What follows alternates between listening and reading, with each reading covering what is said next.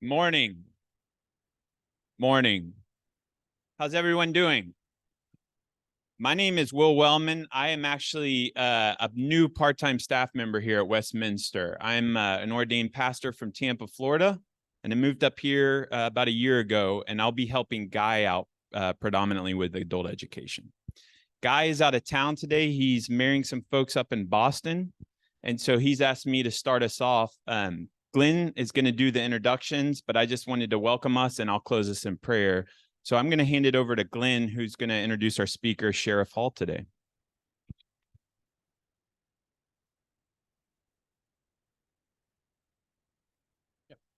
So I'm Glenn Funk. I'm a member of this church. One of the things that's great about this church is that we are always looking to reach out beyond our walls. This is especially topical today. Obviously, in Matthew 25, God's separating the sheep from the goats. Asks some, when did you come and visit me in prison? Well, I never saw you in prison. What are you talking about? You never came to visit me. And then to the sheep, came and visited me in prison. We didn't even know that was you in prison. Yeah. When you made those visits, you were visiting me. When I was on the outreach committee, the benevolence committee, many years ago, probably 15, 20 years ago now, we had divided into subdivisions, right? And one of our subdivisions of our benevolence committee was helping society's outcasts, right? That was who we are. That's who we are as a church.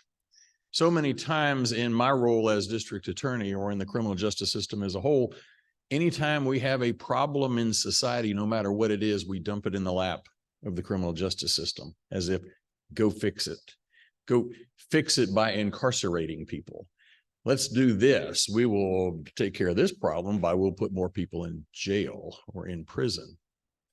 And so many times that's short-sighted. Our speaker today, Darren Hall, has been sheriff since 2002. And in our civics of Davidson County, we're the only county in the state where our sheriff does not have any policing authority. Our sheriff is our jailer. So his job as our sheriff is to run the jails. It's also to serve some civil process for civil lawsuits, but almost all of his job is incarcerating folks. And yet he approaches this not as somebody who enjoys incarcerating people, but who takes that opportunity and sees every one of the people that comes through his facility as an opportunity for ministry.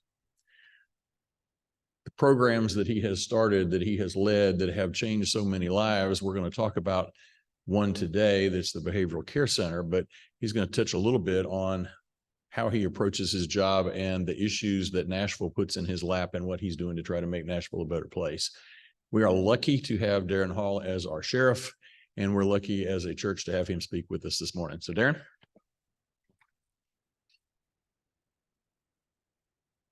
All right. I'm going to get over here. It's easier to stand up because both of my sons went to that school in Alabama that won last night. They really didn't win until about 12:15 this morning because I was watching it playing some school called California on California time. So I'm a little bit overwhelmed with my lack of sleep this morning, but I pay a lot of money to watch that game. Out-of-state tuition is pretty extreme, but it's great to be here. I've known General Funk for a long time as friends. I was telling him my son, one of them went to NBA years ago and played in the church basketball leagues here all the time, and so I was in and out of here as a parent, and I miss those days. So I was reminiscing as we were walking up here. So thank you for having me. Thank you for hopefully paying a little attention to something that's, as I like to call, behind the walls. Most people won't ever know or see or be there. And so it gives us a chance to kind of open the doors a little bit to it. This is not about me, but I want you to walk out knowing how weird I am. When I was 16, I grew up over by the airport. And when I was 16, I read the book Helter Skelter. And to be honest with you, of course, that's the murders in California and Charles Manson and all that. But to be honest with you, it scared me to death. I couldn't have said that because that wouldn't have been a cool thing to say as a 16-year-old boy. But I really believe the fear is what really kept me reading the pages. But what I learned then and what has stayed with me the rest of my life is that I wanted to know why. I don't really, and it's been with me. My wife watches CSI. They solve it in 45 minutes every week. I really don't care who did it. I don't buy books who done it. I don't go to movies. I want to know why. I wanted to know why at 16 years old. Why did this man who stands 5'2" motivate basically innocent women to murder people? Why? And if we figure some of the why out, can we stop it? Because when I was 16, it scared me. At 60, it scares me. And so I have spent a lifetime trying to figure out why people do what they do. The other part that you may want to know about me is I didn't like school. I wasn't interested in school. And so to keep my interest in high school, probably sports did more than it should have for me, but I didn't focus much in school. And I woke up one day and I was a chance to play college football, and I was in a room like this a couple of weeks into it. My parents had never been to college. No one in my family had ever been to college. And some weird man at the front of the room said, "What's your major?" I didn't know what a major was. I had no idea what they were talking about. I've been there 2 weeks. We're playing football. What do you mean major? What do you want to do? And so I had this weird 2 or 3 days to figure out what I wanted to do. And the only thing I thought was, I'm going to flunk out of college because I don't like school. But the thing that always interests me from the time I read this book, when I was 18, by the way, I asked to ride with a police officer and visit a prison for my birthday because I wanted to go. And I went and visited the prison right out here, the walls. Saw James Earl Ray, who had just escaped, by the way, a few months before that and was brought here. But I've always been interested from the time I read this book in why do people do what they do and what can we do about it? I'm in college and he says, "What is your major?" And all I could think about was criminology. I read it in the book over there. So sure enough, I go off for this person who didn't want to go to school much. I found my path. I found what I wanted to do. Gave up football 2 years into it. This is really what I want to do. Woke up, went to grad school for a guy who didn't want to go to school. Here I'm still in school. But I left there, came back to Nashville, and I've spent nearly 40 years figuring out the why. And I don't want to sound arrogant, but I know why. You know why. We can talk about it. 90% of the people who are arrested today and walk in the jail doors today are addicted to a substance when they get there. It's not an excuse. It's not the lawyer telling me that. It's not the girlfriend calling telling me that. It's a diagnosis. How do we diagnose it? We say, are you addicted to alcohol? No. When's the last time you had a drink? Yesterday. What'd you have? 3 bottles of vodka? Well, you're addicted. So we understand by the assessment world of what's going on, a lot of the why. People don't break in your house because they like your stuff. They want to sell your stuff to stick something in their arm. That's what it's all about. If we can ever get the desire to get it out of my arm, they don't want your stuff. But if all you do is arrest people and not the problem, you're going to keep arresting them. General Funk makes a statement. He's exactly right. The charter says that the sheriff doesn't arrest people. I tell people this all the time. The police arrest people. I try to arrest the problem. Not saying we're doing it, but we're trying hard. So addiction is, by all accounts, the most paramount factor in crime. It is, no doubt about it. The good news is, in my 35, 40 years of this, that pendulum has swung. We all basically accept that it's a disease. It is. When I got into this, you couldn't even give medication to people for anything, mental health or anything, because that meant you were addicted to it because you needed it. How stupid is that? People who were needing all sorts of medication weren't giving it 25 years ago. And we also didn't believe it was a disease. And so the country has moved to understand addiction in a much better way. But also there's other why.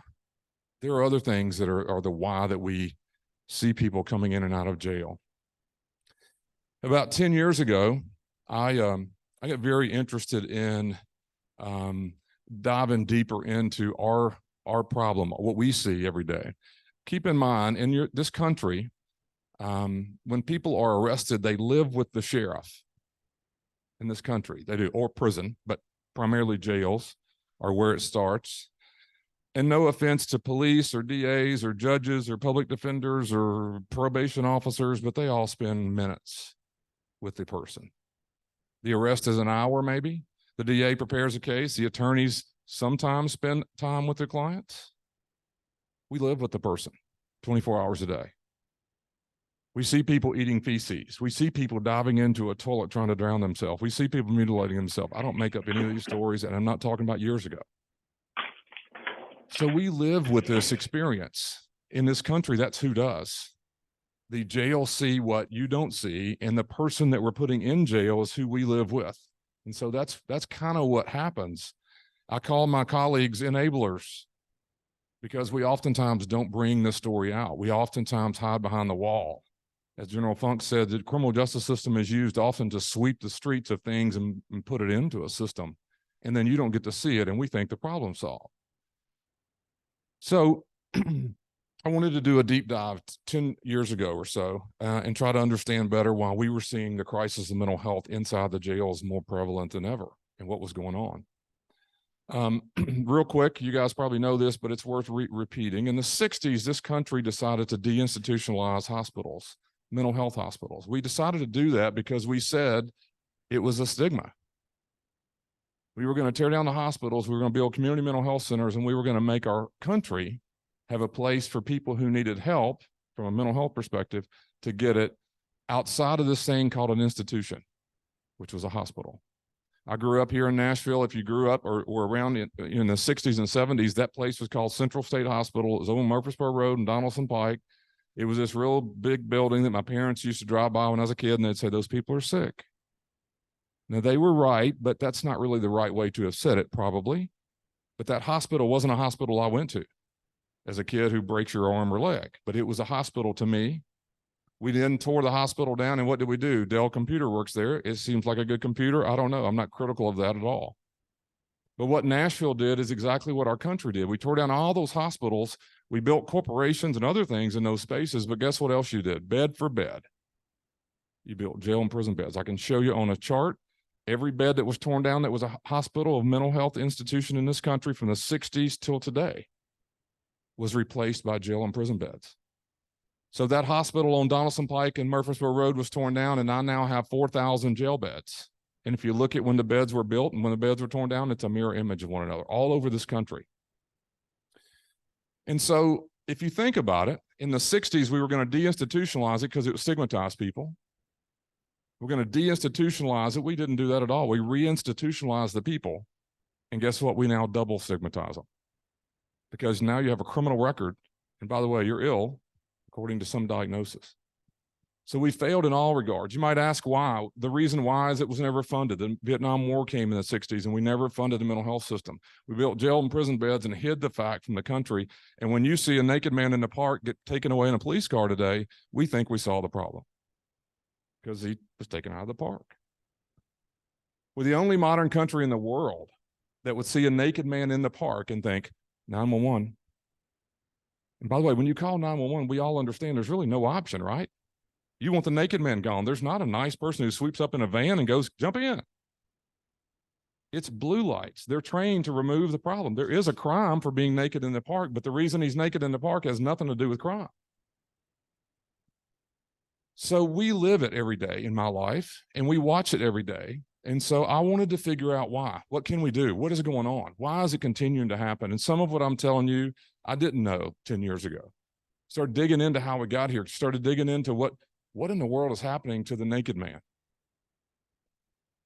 So I did what I've been in this job for, 22 years. So 10 years ago. So I've been in 12 years. A lot of us, like General Funk and I, think we're experts. I pick on me and him.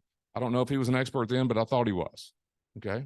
Just like I thought the police chief was an expert, and just like I thought the public defender was an expert, and the judges and all the people who think we're experts. And so I said, look, I'll buy lunch if y'all will come and meet with me once a month.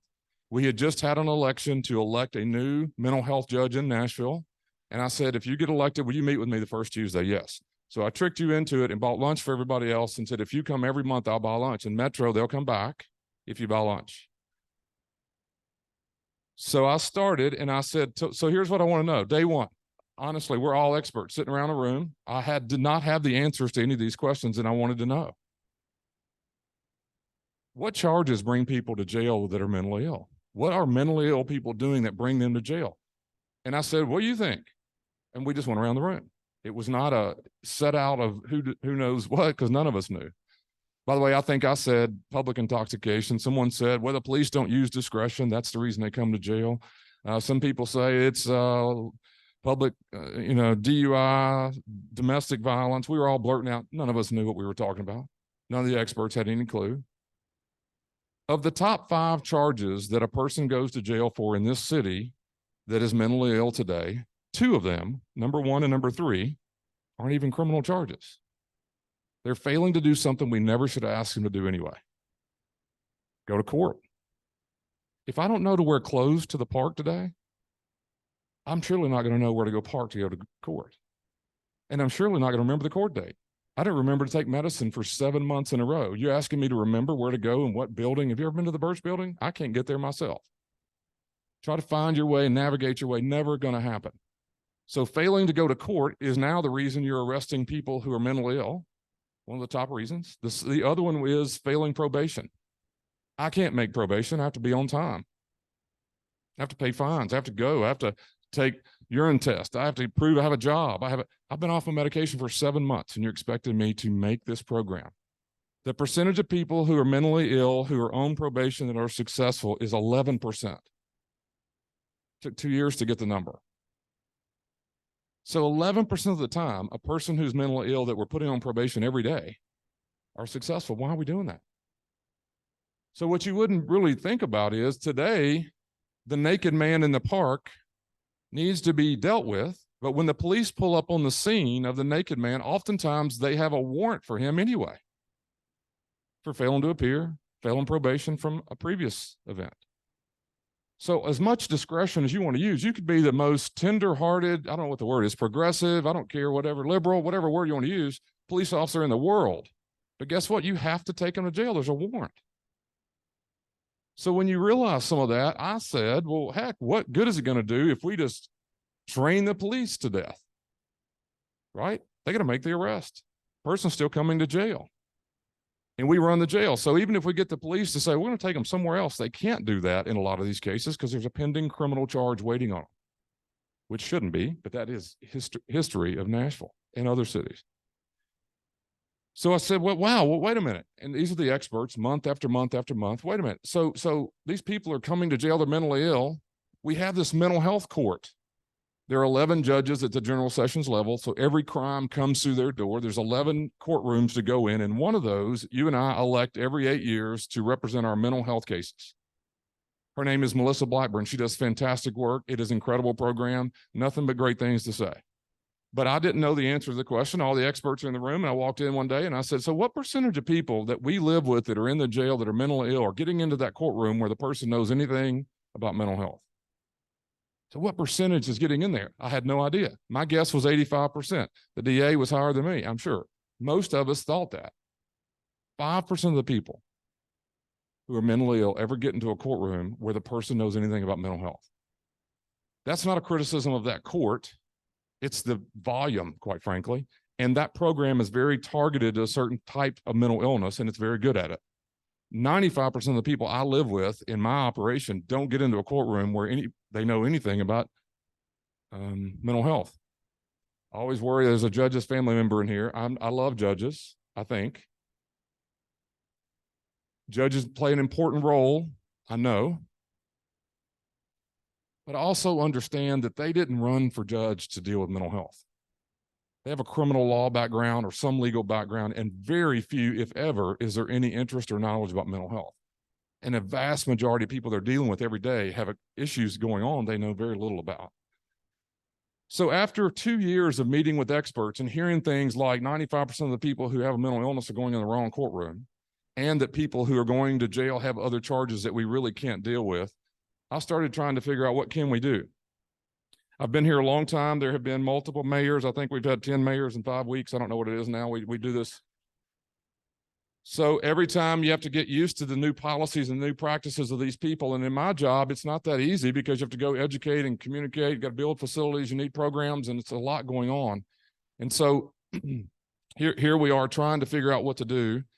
And many of those mayors and many of the police chiefs in the past, when you come to mental health, have all had an interest in doing some sort of program. In Memphis, they do a co-response model where the police and a crisis counselor go to the scene. There's the naked man. We're talking about what to do with the person in the field, and the crisis counselor is trying to find where can we take them. And the police is saying, well, if you can't find a place, I will. And in the field, they make that decision out there in the community. It's pretty popular. They do it in other cities. There are problems with it. The police and others don't want to be tied up for hours on hours on hours when they're trying to find a bed. There's not very many beds to take people to. So there's problems with it, but there is at least that. For years, many mayors and many police chiefs have said they're going to do it here. I gave up. It didn't happen, hasn't happened. They're trying it now after 25 years of talking about it. I hope it works. I hope it works. I support it completely. But what I realize is ultimately the jails are going to be the place you're still as a society going to expect people to be taken to. Unfortunately, that's not the best place for them for what we're trying to accomplish. Jails are impossible places to provide quality treatment for what you're talking about here. They're not designed to do that. You don't pay the staff who work there enough to do quality programming of what is really a psychosis and a very complicated disease or illness. So that's not the right way to do it. And I think it was my job after this exercise 10 years ago to try to bring out an alternative, at least come out and say, look, guys, we have to do something better as a society and as a system. So I was in a pretty interesting time too. At the same time, we were coming up with all this information about 95% of the people are going to the wrong courtrooms and people are being placed on probation and given court dates that are never going to be successful. Why are we doing this? No wonder they keep coming back. No wonder we keep having suicides in jails. No wonder we keep having people whose lives are deteriorating in front of us. So I was in an interesting time. We also were in Nashville's timing. We were also in need to repair, rebuild, tear down our booking room, our downtown hub of a jail, which we've had since the 80s. It was in very, very bad shape.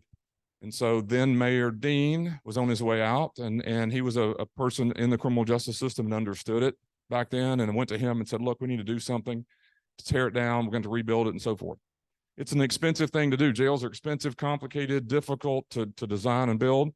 So, but as I'm telling you, what we were doing in the background, meeting with the experts and learning and seeing what's happening, somewhere in the neighborhood between 30 and 35% of the people booked today will have a diagnosed mental illness. What does that mean? 4 out of 10 women, by the way, will be diagnosed when they get to the jail. And I'm learning this and I'm knowing this and I see why. And I see things like the judge is not going to understand it because they don't know anything about mental health.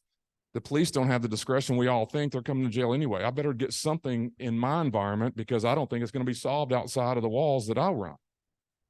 So what I did was I went to the city, and again, we were changing mayors and councils and everybody else. And I basically, my mom, I don't need to say it in this building. I said this publicly before that I lied. I don't know if I lied. I just didn't tell the whole truth. I didn't tell the whole truth about what I wanted to do with the money. The city wanted us, and I needed to replace the booking room, the CJC downtown jail that you and I would call the standard jail in Nashville. It's about a $200 million project. And so, but if I'm telling you we're going to build a jail, but I'm also saying 30% of the people don't belong there, why build the same jail? Why do that? Why? But I also knew better. My dad was in the city council years ago. I've been around councils and mayors and other people. They're good people, but I don't have the energy to go convince 40 people what we're trying to do. It was new. It was an idea. So they gave us the money. Instead of building the jail, I took the money and built 2 buildings. One is a jail detention center and one is a behavioral care center. And we're going to go, well, I'll show you the building in just a minute. But what I wanted to do was to say, look, let the police be Uber. Bring us the person. Let the diagnosis and triage occur when they arrive. Let mental health decide what is this person's condition. Don't let DAs, don't let judges, don't let sheriffs, don't let police chiefs. We know nothing about it. Why is a judge going 10 days? Going to improve the likelihood that you change anything about your life if you're off your medication that you've been on for 20 years.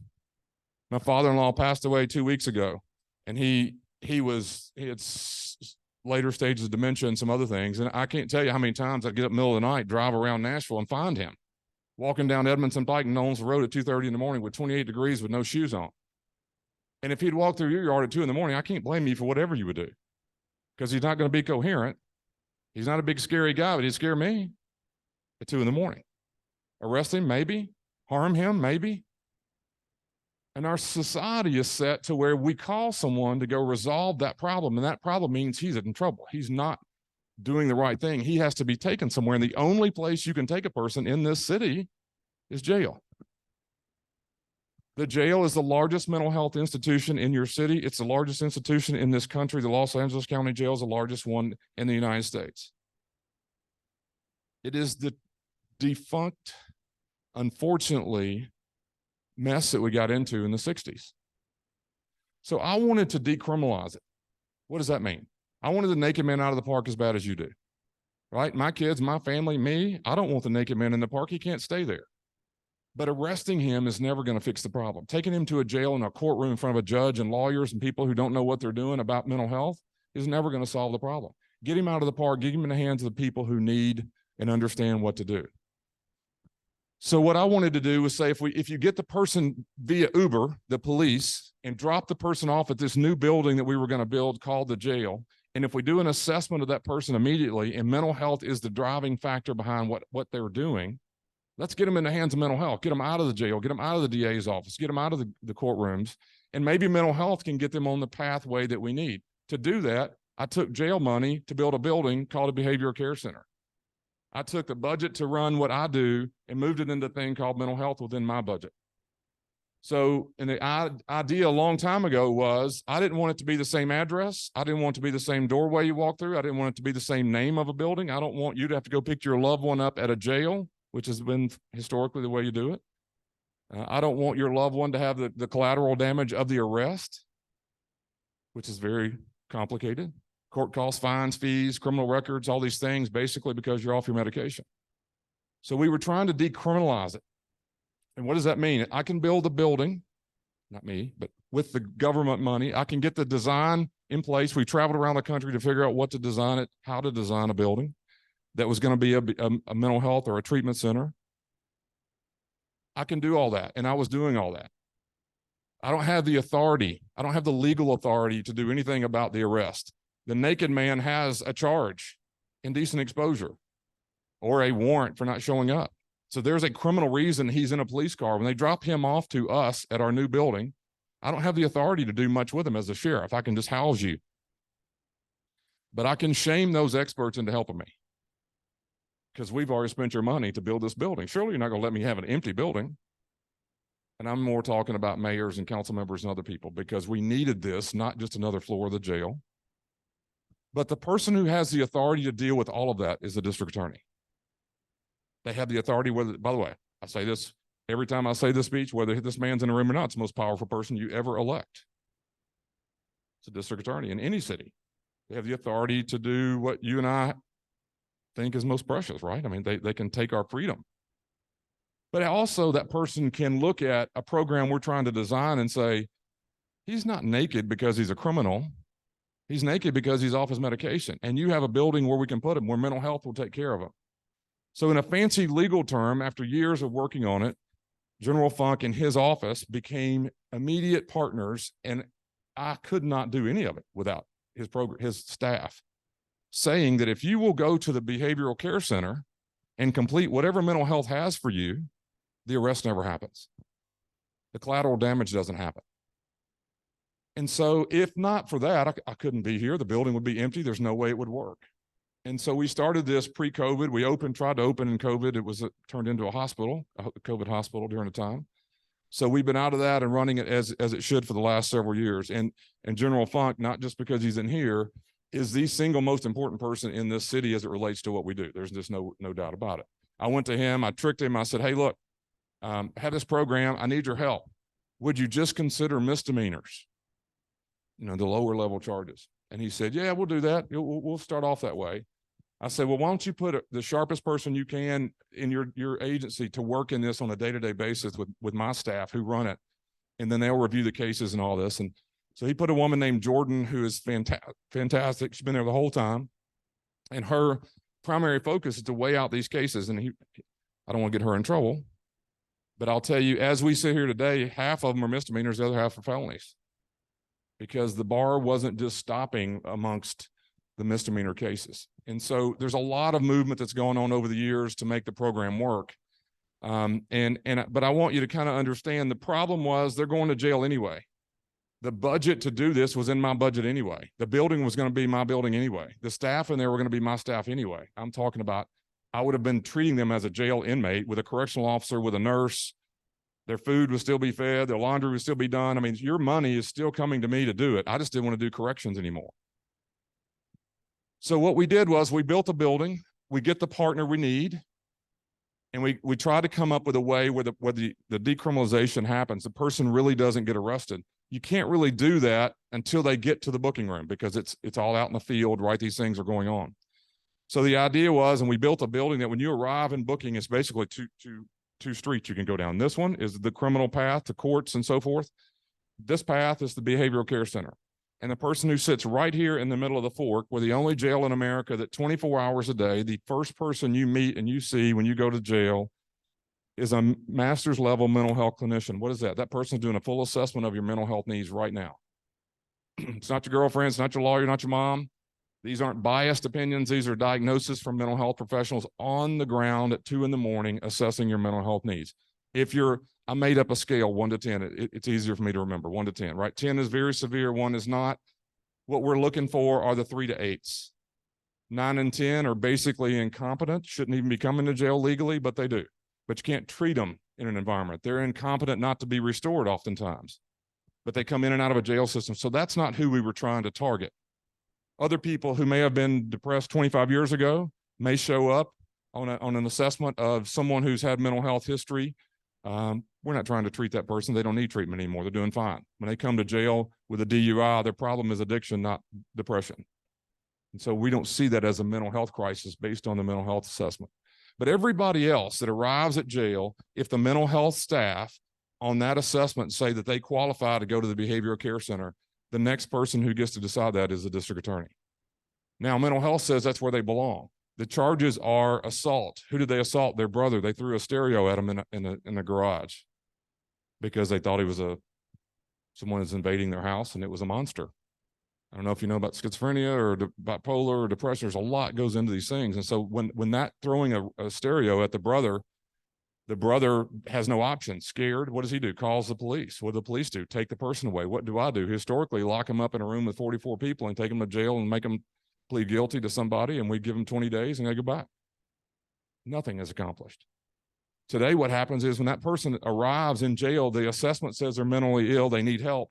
The DA's office, Jordan, is reviewing that case immediately and says, wow, if there is a victim in this case, the DA's policy is they call the brother. Are you okay with your brother getting treatment instead of going to jail? I think it's in the 80% range. They say yes every time.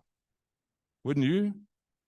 Even if I don't know you, I want you to get help, I think. But if it's your blood family, which is often, by the way, domestic is a huge percentage of these cases. And so what they want is help. And so you're offering them to go in the hands of mental health instead of jail. Here's some fascinating things that I know everyone said would never happen.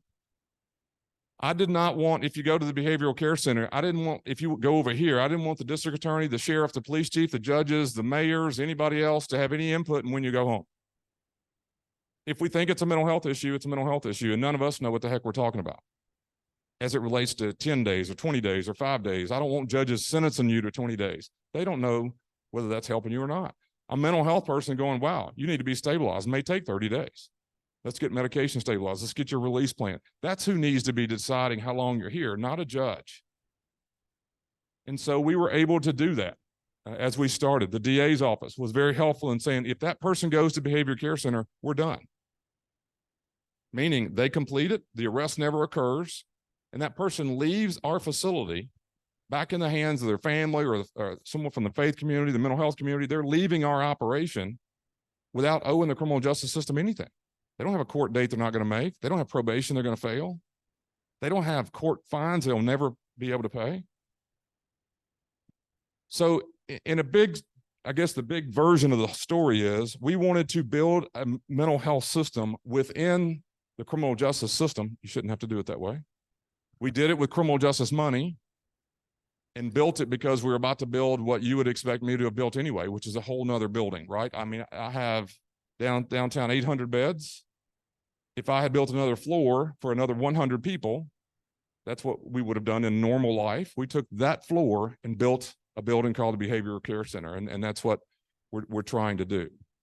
I want to run through this. I know, and we're going to talk about some other, so how the building, the look of the building, how it operates, and then we'll this is more of a visual for you. But this is, as I told, these just psychological things are very important to me. That's the doors. You can walk up there right now, push the door, and walk in. You come right up there. Our staff's working 24/7. You come visit your family and sit down. I don't know if you've ever visited anyone in jail. You won't do that. You take your underwear off to get in there. Jails are very hard places to maintain public interactions, contraband, a lot of difficulties. This is not so much. That brown building in the back, I think you'll see it a little better here. Let me show you. Okay, so that's the big box in front is the jail, 800 beds. Nashville was about to build it. That's what we built. 800 beds. If you look in the back right corner, there's a yellow arrow pointing down. That's the picture you just saw. That's the Behavioral Care Center on the back block of the building.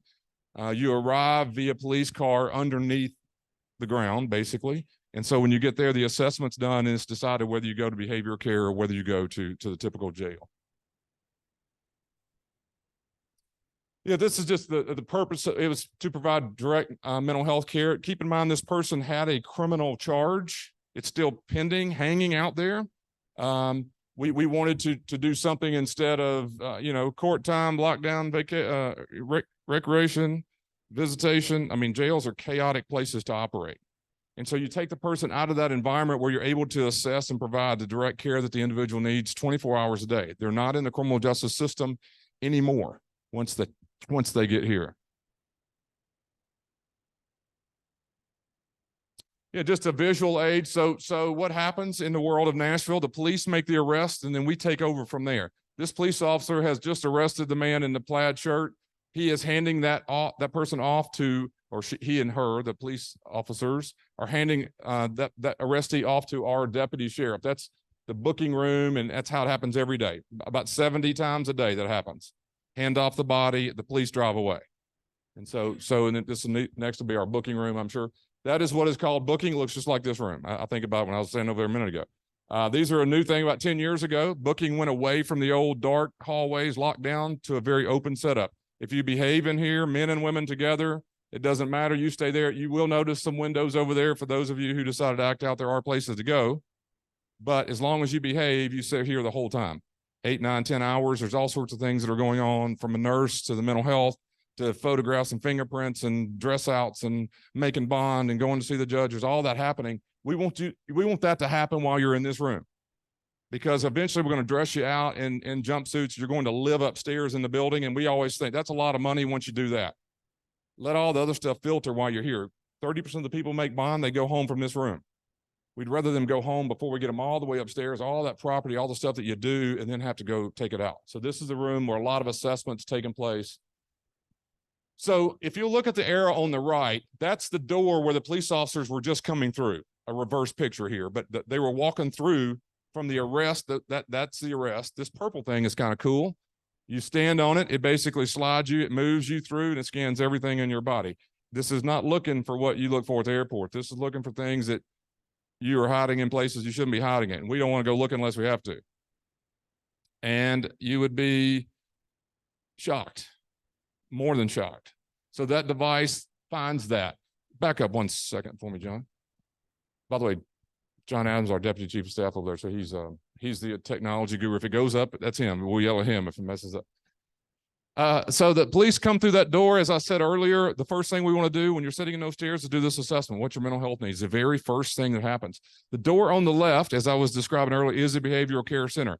That means get the person out of the criminal justice system as quickly as you can. If they are a mental health case and need to be in treatment, get them out of the environment. And so that you would come through this door, sit down just like you are, the assessment occurs, and then you would head right back through the BCC if you're eligible. And as we've identified you, wanted that to happen on the very front of the booking room when we designed it. So, all right, John. And one of the things that was very important is to remove the jail everything, language, lingo. I don't really mean smell, but I always say it that way. The look of it, the titles. We don't use criminal justice terms. We don't dress the same. We don't act the same. We don't talk the same. If you were with me right now, when we open that door and you start down this ramp, you would understand exactly what I'm talking about. You probably don't know what jails look like. This is not it. Okay, so we wanted that on purpose. We wanted it to be decriminalized. We don't want to call them an inmate. We do not want to call them officers. You're not coming to get your son who is in jail. The entire experience is supposed to be about mental health. That's what we think it is. You wouldn't be naked, right, if the illness was addressed. By the way, I make up naked to keep you awake. That's why we do that. So there's other things we could say, but that's the one we use. So here we go. Does that look like officers to you? We traveled around the country looking into ideas, and one of the things that I loved was the whole team approach inside the environment. That means everybody who works there wears the same thing, and they got to design them themselves. So these are scrubs from those are technically officers. If you wanted to make me describe what they do, we call them technicians. We had 18 positions. We had 84 people put in for it inside. Everybody wanted to go to work in an environment to do something more productive with people, which really impressed me. I was really happy. So anyway, that's our staff. We call them technicians. They do great work every day. That doesn't look like jail, I don't think. If you'll look, we went around the country looking at different things. There's all sorts of issues in mental health, such as suicides and other things. This is, I wouldn't say suicide proof, but it has a whole lot of attention. You can look at the doors and the knobs and the way of furniture, a lot of different things that you're trying to soften up. But we also wanted it to feel like a treatment center. It's not a jail. We're trying to get you stabilized and get you prepared to release back into our community. That's the male side. This is what the technicians that you just saw, they would work behind that area. There's individual counseling. There's group counseling. There's different programs that come in. I was touring over there a month or so ago, and I was walking down the hallway and I heard this god awful noise. I didn't know what it was. We were doing goat therapy. I have no idea what that is, but I saw goats running down the hallway. It was pretty cool looking. I hope it works. I don't know.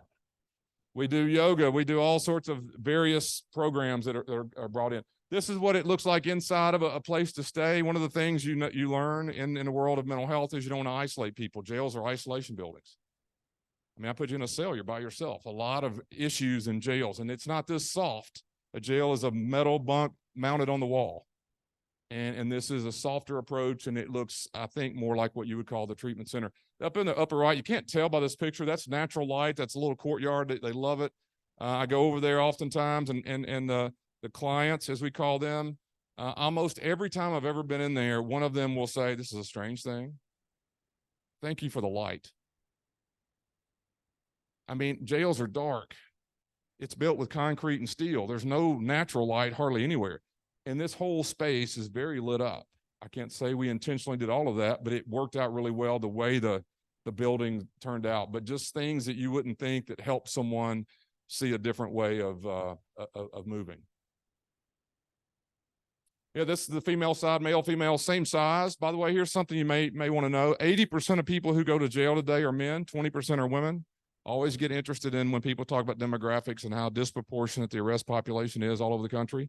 People, when I was in graduate school, they said your jail should look like your community. It's a microcosm. It should look like your community. It'll never look like that. And by the way, race is always used. There's a little bit of disproportionate in this city, not a bunch.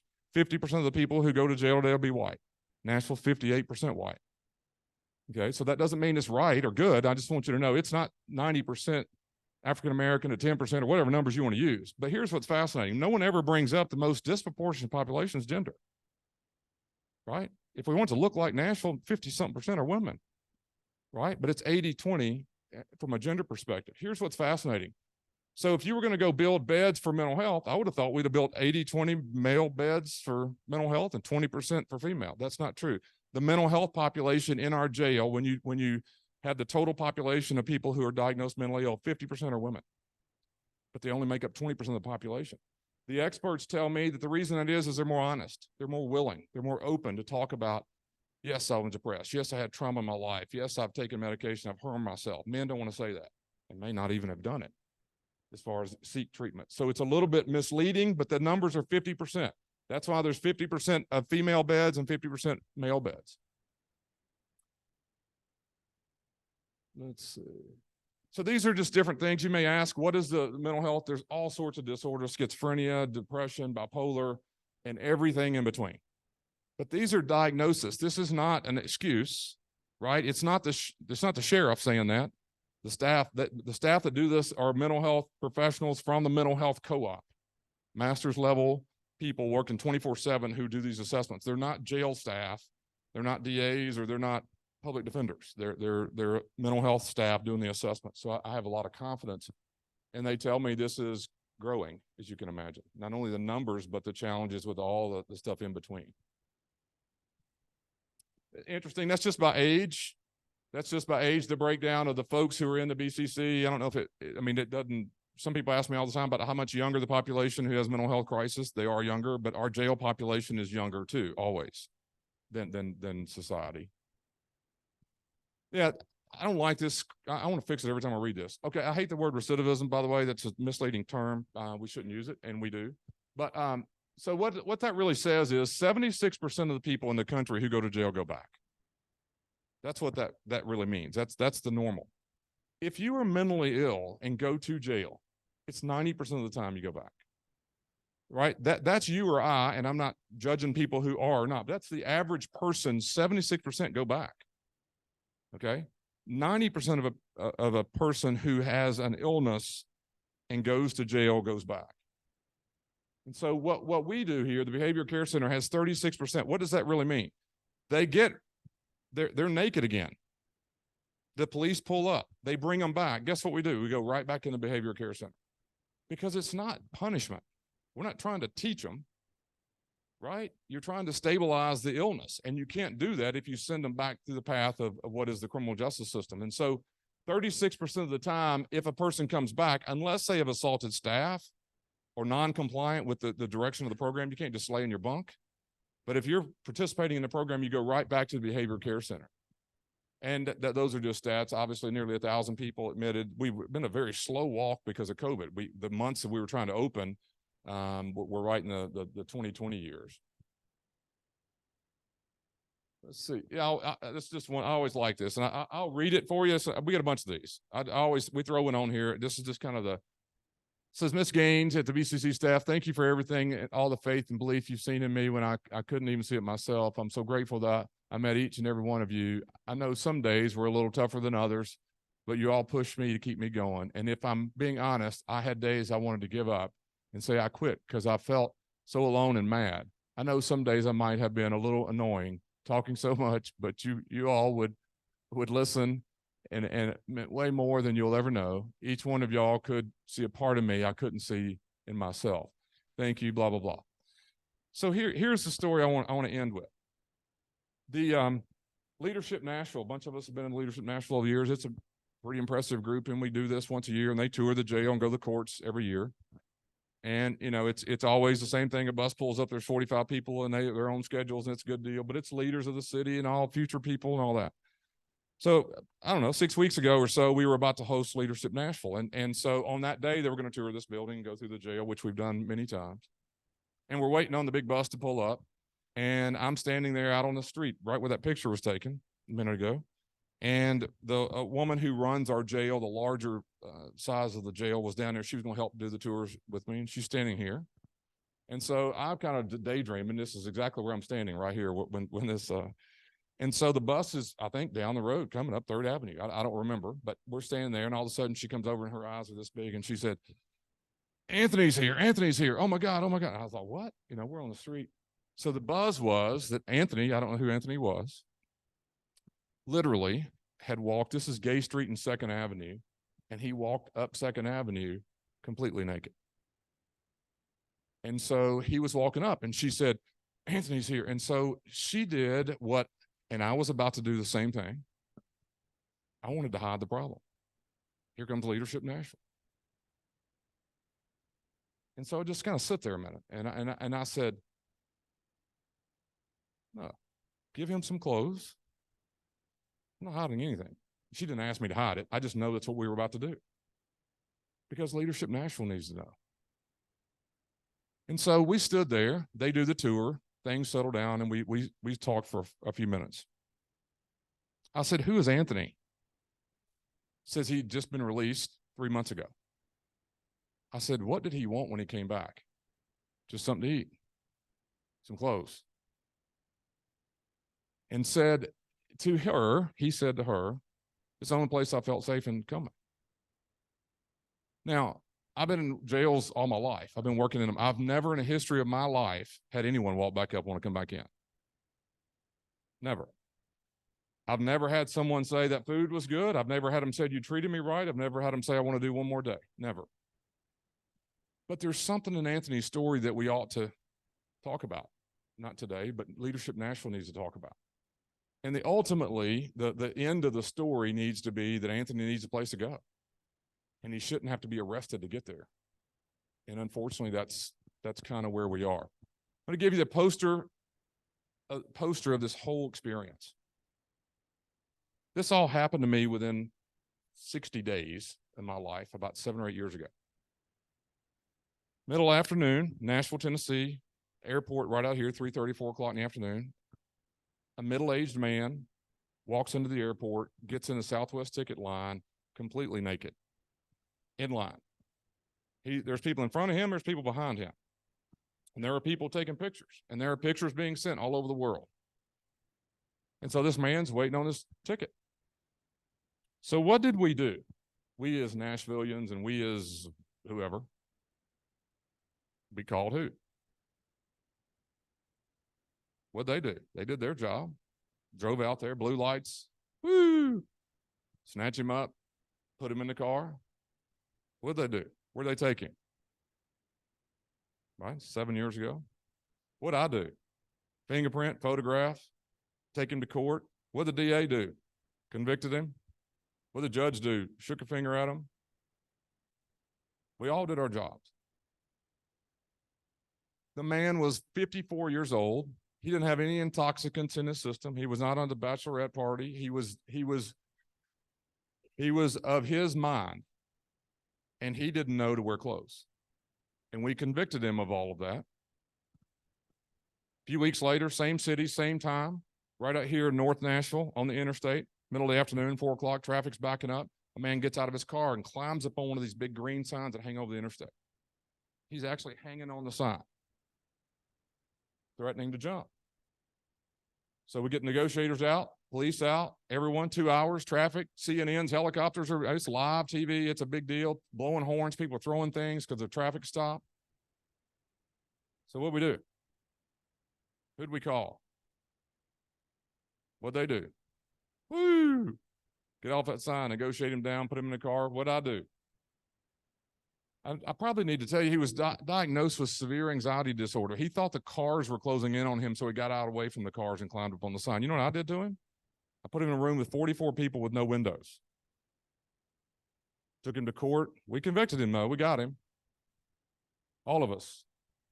We did our jobs. A couple of weeks later, Saturday night, I get a phone call home. There's a criminal defense attorney here in town who's a friend of mine, and he calls and he says, "Hey, Darren, do you remember the so-and-so family? Our kids played baseball together back then?" No. Well, I'm over at their house, and their son, who was 24, my son at the time was 24, he said, they played on that same team, and I'm at their house, and he's bipolar, and he's off his medication, and he's thrown his stereo down the steps, and the parents are scared for him and scared of him, and I need your help. Can you help me? He's a friend of mine. Can you help me get him to Middle Tennessee Mental Health, a hospital where you would get someone committed or from our system? And I said, no. I mean, I have people who are diving off their bunk. I have people who are mutilating themselves. I cannot get them to Middle Tennessee. I never am going to get some teenage or 20-year-old who's throwing a stereo. It would never even qualify. I would never be close to going there. He's a friend, so I could talk a little weird to him. I said, you should know better than that. I mean, because he's been around the system, But he was there at the family's house. You could almost feel him standing over him. What can we do? And he was trying to help. This is 8:30, 9 o'clock. A couple hours later, he calls me back. He goes, Darren, I got an idea. If we have him arrested, he'll be seen by the nurses down there, won't he? And they know, they ask some mental health questions, don't they? This is 7 or 8 years ago. So I remember, just like yesterday, I sit on the edge of the couch, and he's a friend. And I said, as a dad, I can't answer that question. I'm not going to do that. I'm not going to say yes, but the answer is yes. Hang up, midnight, phone rings, Darren, he's in booking. Will you check on him? Stayed with me, bothered me. This is on the front end of what we were trying to do. So I get up and I track down the mom. Didn't know, didn't remember, but I said, would you meet with me? She met with me for 4 years. Her son, who was my son's age, who was diagnosed as bipolar, had been off his medication, threw the stereo down, scared the parents. A lawyer here in town, a friend of theirs, advice was, as they collaborated on what to do, let's get him arrested so he can be seen by the nurse. And I want you to know this. I say this in a lot of rooms, and this is not, I don't even know if it makes you feel good or bad. I know I feel awkward. I spent 4 years with the mom and the family. They could buy the hospital. Not exaggerating. It's not a resource issue. There are no resources. There are no beds for that person to go. So as we met for the next few months, I was getting her to help come up with an idea. What could we do? What would we do? What's the, and in the future, if your son ever came back, I don't want him to go to jail and get a probation officer and all this other stuff. She was in my office. We were walking out one day and I said, how's he doing? And she goes, he's doing great. And she just felt, I can still see her. And we took about 2 more steps and then she just burst. And I said, I'm sorry. And she goes, he can't get a job. And what you saw in her was he's doing great means he's stabilized. He's doing better. But what we all did, the parents, the friend, the sheriff, the DA, the judge, to get him help was bring him to jail, which now means he has a probation officer. Now he has a criminal record and he can't get a job. So ultimately, we don't want that. I will tell you, he's been back. He came to the behavioral care center. He was never arrested. His mom is in real estate. He saw his mom's name on the bottom of the sign. Thought that was mom's house. Went in that house. Been off his medication. Needs help, no doubt. This time when he was brought to jail, he gets to the facility. He's assessed. The diagnosis is he has a mental health crisis. This is not a crime. So thanks to the DA's office, the system, that never happened. He doesn't have a probation officer. He doesn't have a court date. And we hope we can stabilize him where he can be successful and productive, at least in our community. So that's a lot. My mouth's dry. That's a lot. And I know it's a complicated problem. I hate the defund the police argument. So let's get this out of the way. I don't want to talk that way. But it's sad that the DA and sheriff are up here talking about how we're trying to deal with mental health. Because in the 60s, we promised our country we were going to deinstitutionalize it, build mental health centers in the community, and we didn't do that. And I'm lying if I don't come in here and tell you that 30-something% of these people would be in a hospital somewhere else. My colleagues don't like me saying this. I think you should take 30% of my money. The DA doesn't need all the money he gets if you do not bring the mental health crisis to his table. The police don't need all the police people we think we need. I don't need all those beds. Take the money. The next sheriff shouldn't lie to you to build what they need. Right? We should build what we need, hopefully, and that person that's naked or the kid that doesn't have to get arrested is taken directly for mental health care instead of in the backseat of a police car. Any questions? We got a minute or two? Anybody? I know I'm rambling. Yes, ma'am.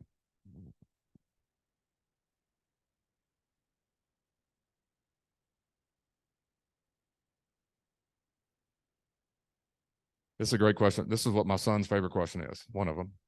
Dad, I think they're going to lie to you. Which a lot of people say. I trust the mental health diagnosis. I wouldn't trust me, right? And so the assessment is pretty in-depth. It asks you a whole laundry list of questions. And when you say, I've been treated for mental illness, we don't say, okay. We say, where? When? Who was it? Where was it? We're verifying medication. We're verifying your... So there's a little more to it. It's a long tool, but it's important that we don't get manipulated. That I completely agree. Yes, sir.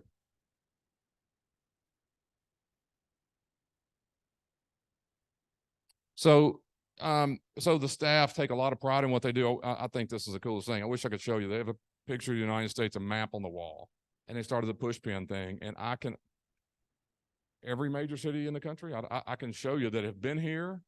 This week was San Antonio. And I'm not saying it works everywhere either, right? Our goal is to say, look, I want to decriminalize mental illness. I want to get them on a different path so they don't have the collateral damage. But I think society, in a weird way, it's almost bipolar. I mean, bipartisan, excuse me, same thing. it's almost bipartisan in that I have hardly seen, there are no families who don't have this problem, but I've seen the politics of this subject almost galvanize around doing something differently. And I'm not naive. I've been around a lot of these subjects. I think there's a chance to do some pretty good things with it in our country. I hope.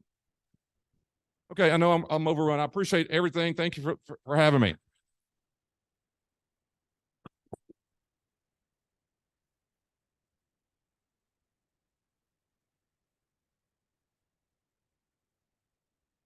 Let's close in prayer. Holy, gracious, loving God, thank you for this day and for this opportunity to gather as your people. We give you thanks, too, for Sheriff Hall and his work, for his compassion, his thoughtfulness, his dedication, and his sympathy. Continue to watch over him, B.A. Funk, and all those who serve, those who keep our city running and safe, those who care for those in need. Lord, we remember the gospel stories of Jesus and the way he reached out for those on the fringes of society, the widows, the orphans, the lepers, those considered other, the least of these. Today, we remember those suffering from mental health issues, their loved ones, the ones who care for them. Help us as a society to not push people and problems away, but to focus on the underlying issues that have brought them to where they are. Help us to bring restoration to these people, their families, and to our society. May your Holy Spirit embolden us to lead and guide in this work as we seek to help and to love our neighbors as you have loved us. We ask all this in your Son, our Savior, Jesus Christ's name. Amen.